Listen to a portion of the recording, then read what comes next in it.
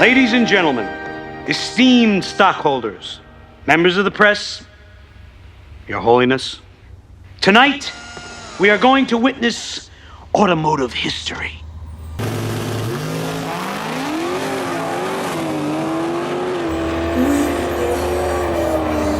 All my life, I have searched for a car that feels a certain way.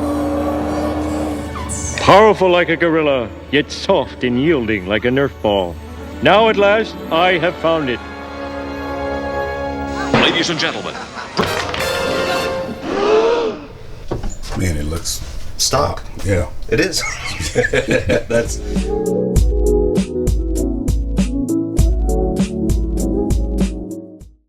All right, guys. Hey, look, it's Demonology. I'm here at HHP. I always get those P's confused. Hey, who do we have here? We got Josh, right? Yes, sir. So, guys, Josh is the owner and the head guy at HHP.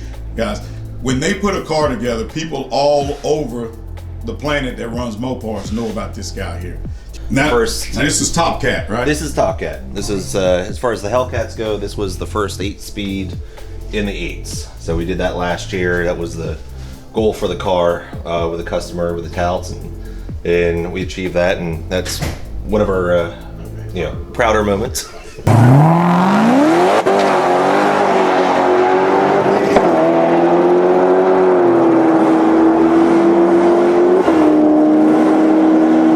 have when you come in, we have cars like our X275 car that we built and we support for Rob Goss. He's the world's fastest Gen 3 Hemi.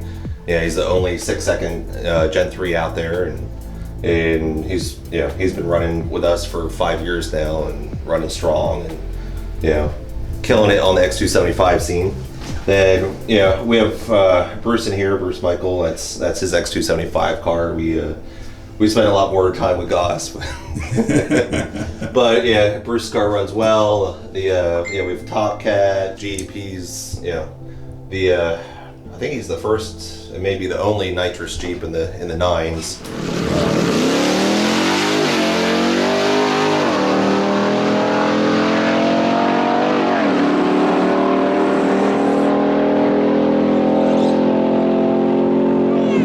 Guys, Greg, one of our head sales guy, he runs a 10-second Charger RT, little 5.7 that's really killing it. And Gary Rudy, he races under our flag too. He's one of our guys. He doesn't do as much of the heads up, but he's a great bracket racer, so he's a good threat out there. I want to ask you about Octane. When I press my hot Octane button and my Octane level is not enough, then the demon kicks me out of the hot Octane tube. What's going on there? Well, there's no such thing as an Octane sensor, so there's no way for the car to actually know how much Octane you have in there. It's not like an ethanol sensor or even a fuel level sensor.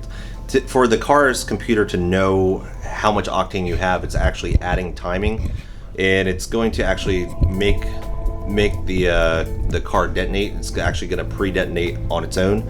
So it's adding timing, it's looking at the NOx sensors, it's getting feedback there, and as it adds timing, if you don't have high enough octane in the fuel, it will actually detonate, and it will determine that, and it will block you from adding any more timing. Right, you think about the Demon. What's your thought on the Dodge Demon? Oh, it's an incredible car. It's great that Dodge was able to go out and put a car on that power level out and that refinement out, and where else are you going to get a 9-second car off a showroom floor with a warranty? Yeah, it seems like the 60-foot time is what's killing most cars that I race. Mm-hmm. The Demon just jumps out of the hole on them so far they can't catch up, especially on the 8th mile track. Mm-hmm. So what do you accredit that to? What do I credit the 60-foot times to? The whole package, from the suspension, to the drivetrain. They just did a great job. So now, why is it that most people think the Demon is not a fast car until they actually meet it on the track with a capable driver?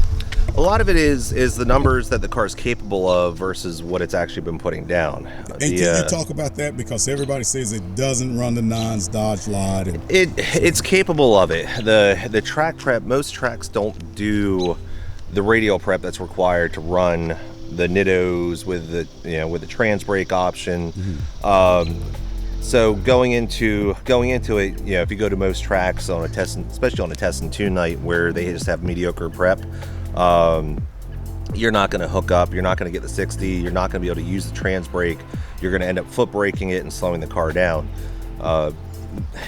SRT has repeatedly shown us that all those features work and they can make it work on the prep track, but as far as going to your normal track or your local track, you're not probably going to be able to run that number. So that was a question I asked for you, because the car I was racing down here was not my car. It was not the Soul Snatcher. So I was having to do another guy's car called Tunnel Chaser.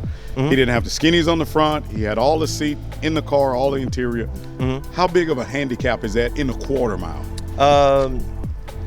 You can have 3 to 4 tenths slower just from that alone, and then running it here in the summertime and in the Mid-Atlantic area, you could be 3 or 4 tenths slower just from the heat. So the fact that if you're running low tens, that's right where it should be. So let's see if we can get in here and take a look at the most famous Hellcat of them all. Surprisingly, man, it looks stock. Yeah, it is.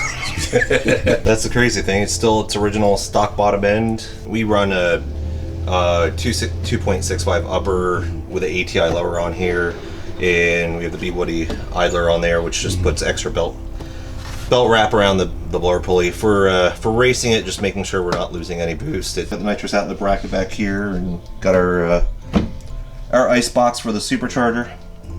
Allows us to keep the intake air temperatures down, which helps. Now, did y'all build the cage, or somebody else do the cage? Yeah, we did the full cage in here. How much weight did the cage add?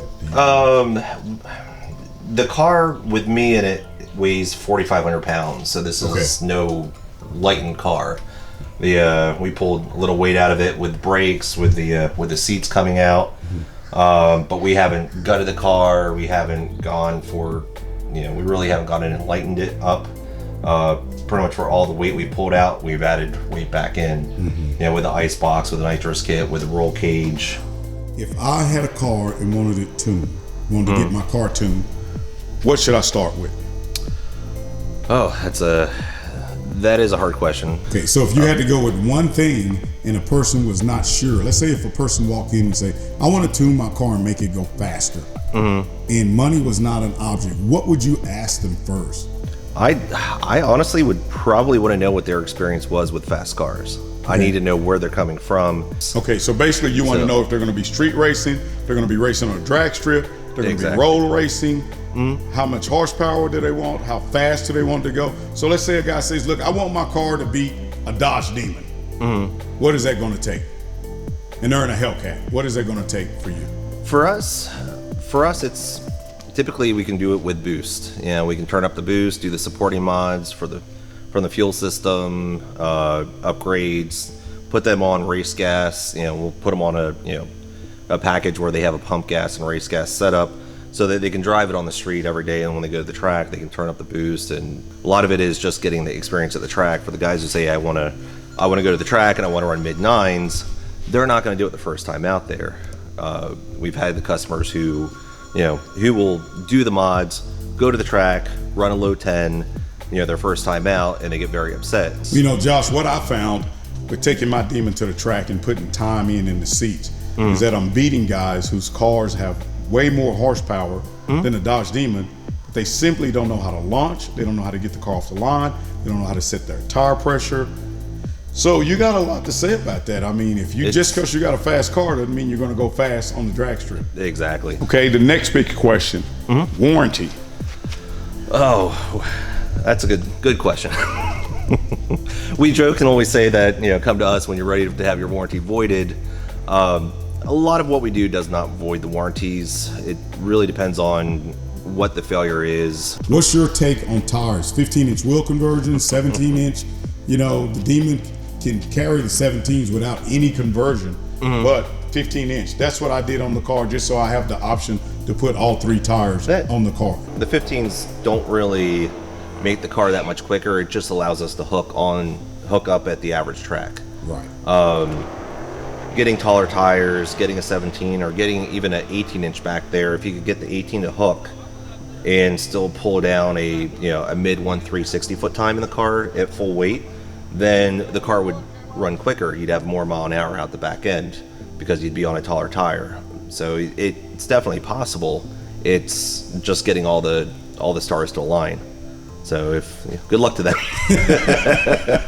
Yeah, I bet you say good luck to a lot of people, but you hold the record. So there you go. When you're on the top, everybody's trying to knock you off, right? Exactly. Good deal. Well, hey guys, it's been fun. We've been here with my man Josh. I appreciate you guys stopping by. I love seeing his cars out on the track. He sets the standards for everybody when it comes to Mopar performance, guys. Hey, hopefully I can get some secrets from him, but I'm not going to let those secrets go on camera right now. Anyway, guys, you know what I'm doing. Demonology, snatching souls. Peace. Hey, guys, don't forget to like, subscribe, share, and also click the bell. Check out the videos up at the top. And if you get a chance, check out our merch store. Peace.